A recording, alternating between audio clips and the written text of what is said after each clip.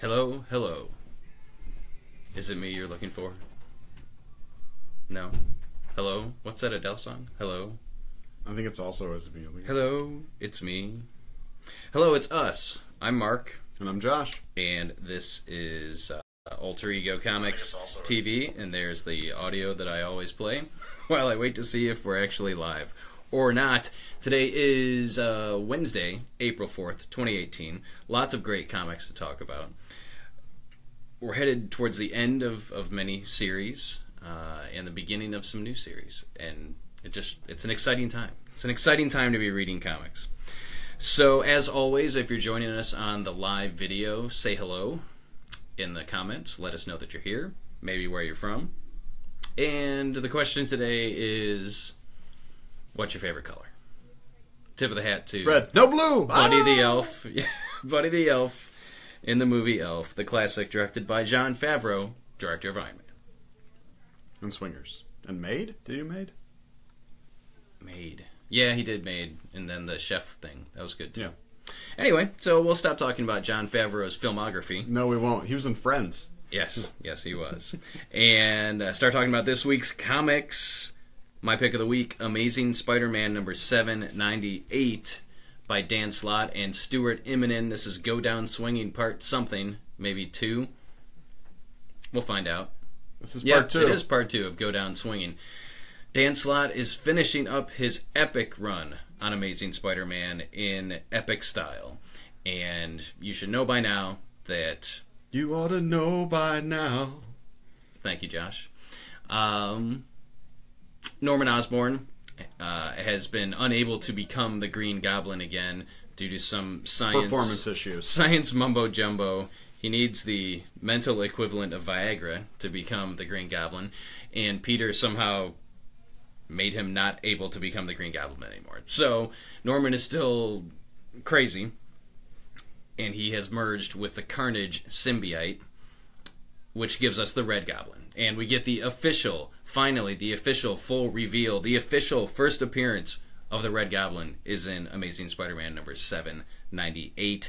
This is wrought with tension and action and great dialogue and lots of Peter's supporting cast, including these last few people that Slott has managed to get into Peter's supporting cast. Really got to credit Dan Slott with the introduction of so many great new characters of the last however many years he's been writing Spider-Man. But Peter's back working at the Daily Bugle. He's the editor of the science section, so he's got a bunch of science reporters, a bunch of nerds that are working for him. I say nerds in a good way. I count myself amongst the nerdish. Not in science, because that just doesn't work for me, but as far as pop culture stuff, yes, I am a nerd. And so are you if you're watching this. And so are you. But Amazing Spider-Man is, man, there's so much great stuff going on in this issue, and Immonen gets to draw some of his best work. It's just incredible. Incredible! I'm going to say hi to Ed and Paul. Purple's a good choice. That's good. So pick it up soon, or you may not be able to find a first printing, because this is probably the 800-pound gorilla book of the week. God, I loved it. I loved it. I keep seeing ads for S.H.I.E.L.D., and I'm not watching S.H.I.E.L.D. anymore. I haven't watched S.H.I.E.L.D. for 2 or 3 years. I've heard the new season is really good. I've heard that as well. The time jump and the space stuff. Yeah, it took me they keep showing these characters that I don't know, and then Crusher Creel was there, so apparently he's still hanging out on S.H.I.E.L.D. I'll have to revisit that at some point. Amazing Spider-Man, 798, my pick of the week. Josh, go. My pick of the week, Deathstroke, number 30, part 1 of Deathstroke versus Batman. Written by Christopher Priest, and art by Puglulin, which I think is a scotch that Ron Swanson enjoys. No,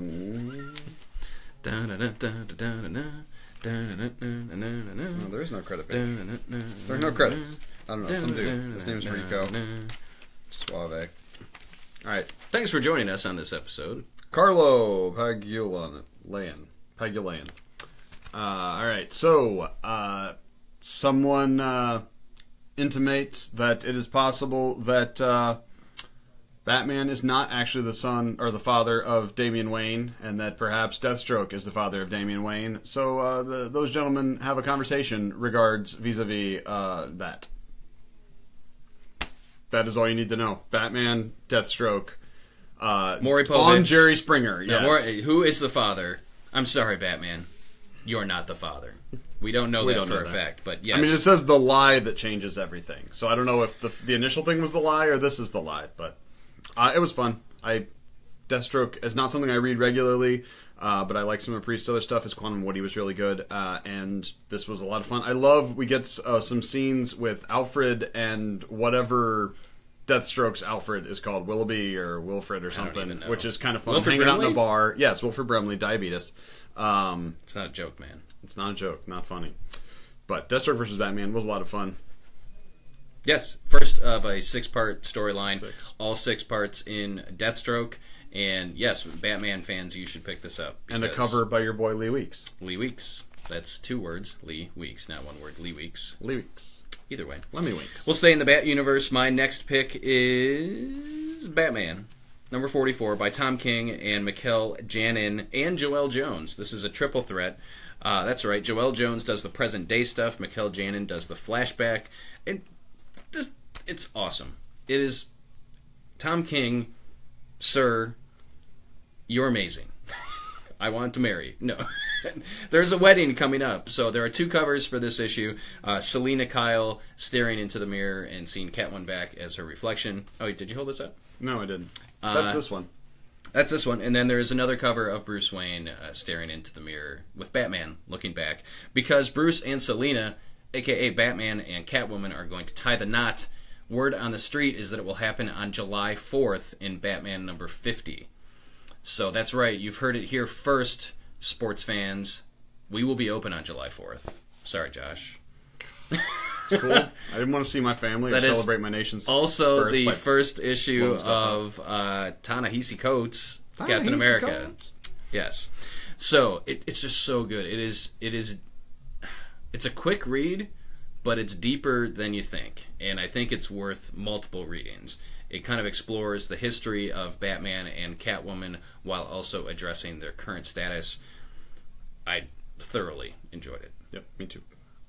And while we're on the Bat train, Batman White Knight 7 is out this week, written and drawn by Sean Murphy. It is awesome and epic and amazing, and I can't believe you haven't read it already.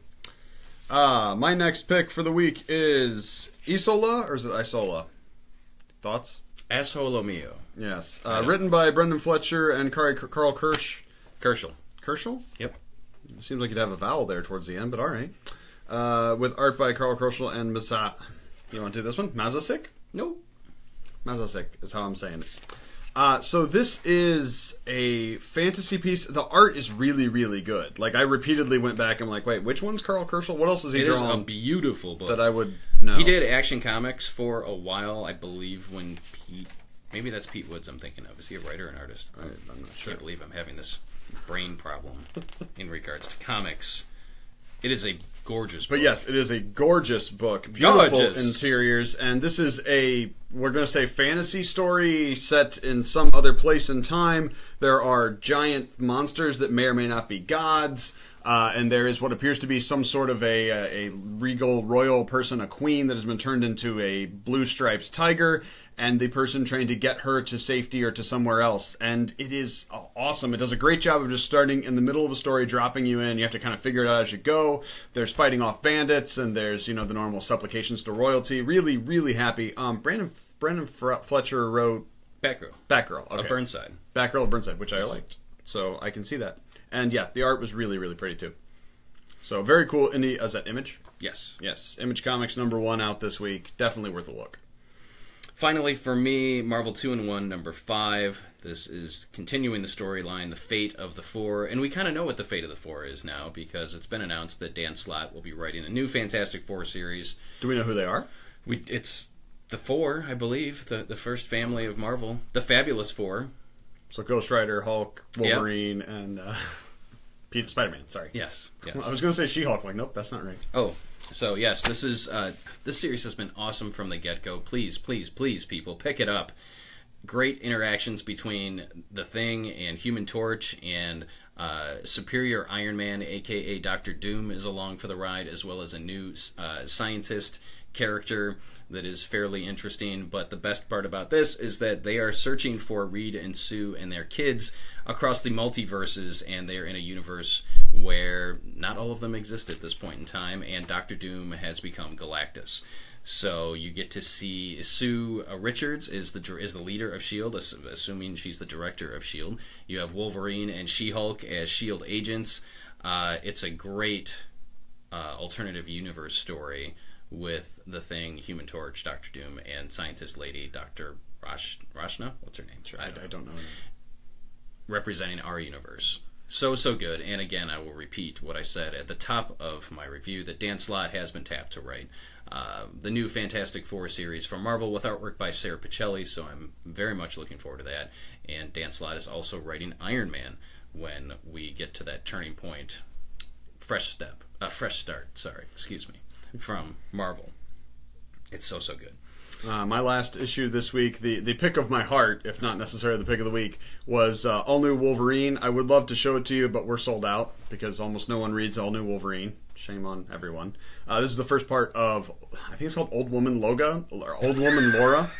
No, I like the other one better. Yeah, Old Man Laura. Old Woman Loga. Loga of the North People. Mm-hmm. Hairstyled by the Four Winds.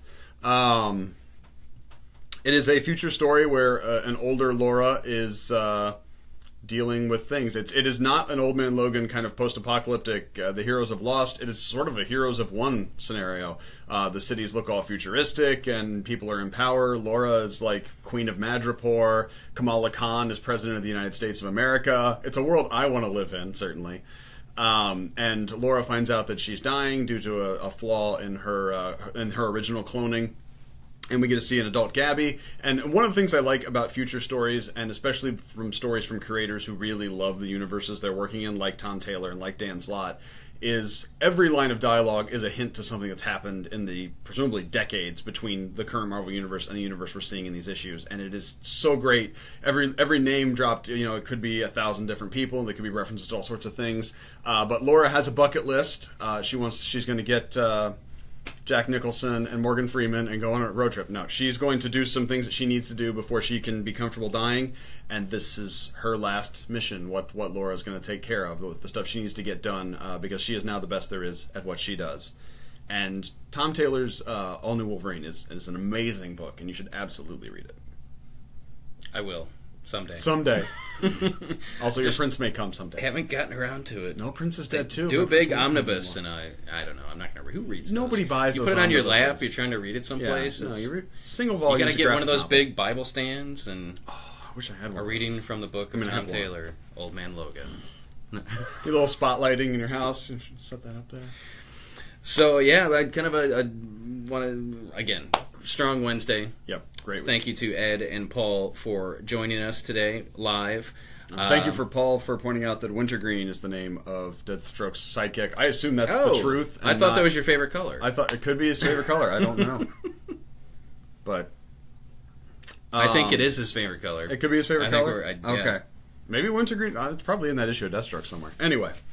If you are the sort of person who does read in graphic novel, like we were just suggesting you might do with All New Wolverine, the new volume of Paper Girls from our boy Brian K. Vaughan was out this week. He's not really our boy. No, he's our boy, Brian K. Vaughan. Yes. Head out to your local comic shop, people. Stop watching us.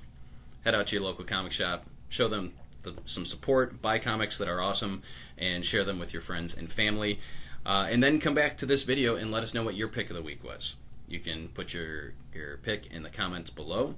If you did enjoy the video, please like, comment, and share. We do appreciate that. It helps with all the algorithms of all the sites, whether it's YouTube or Facebook or iTunes, podcasts, or however you're consuming this content, because we want to get this in front of as many people as possible so that they pick up comics that we think are awesome, but really in general they're just awesome. We're pretty good judges who've been doing this for a long time. What's Wintergreen is the name. Oh, his name is Wintergreen. So Paul's okay, correct. Okay, well, thank you, Paul. We appreciate that. Until next time, Josh is going to sing us out now with. Well, we did get the new Disney Hercules Pops in, so Ooh, there you go. Down an unknown road to embrace my fate. Was that George Michael or Michael? That was Michael Bolton. Michael Bolton. I always get them mixed up. And which one's in Office Space? It's done Michael now. Bolton. I'm still recording. Oh, you're still recording? Yeah. Okay. I thought there was more. Though that road may wander, it will lead me to you.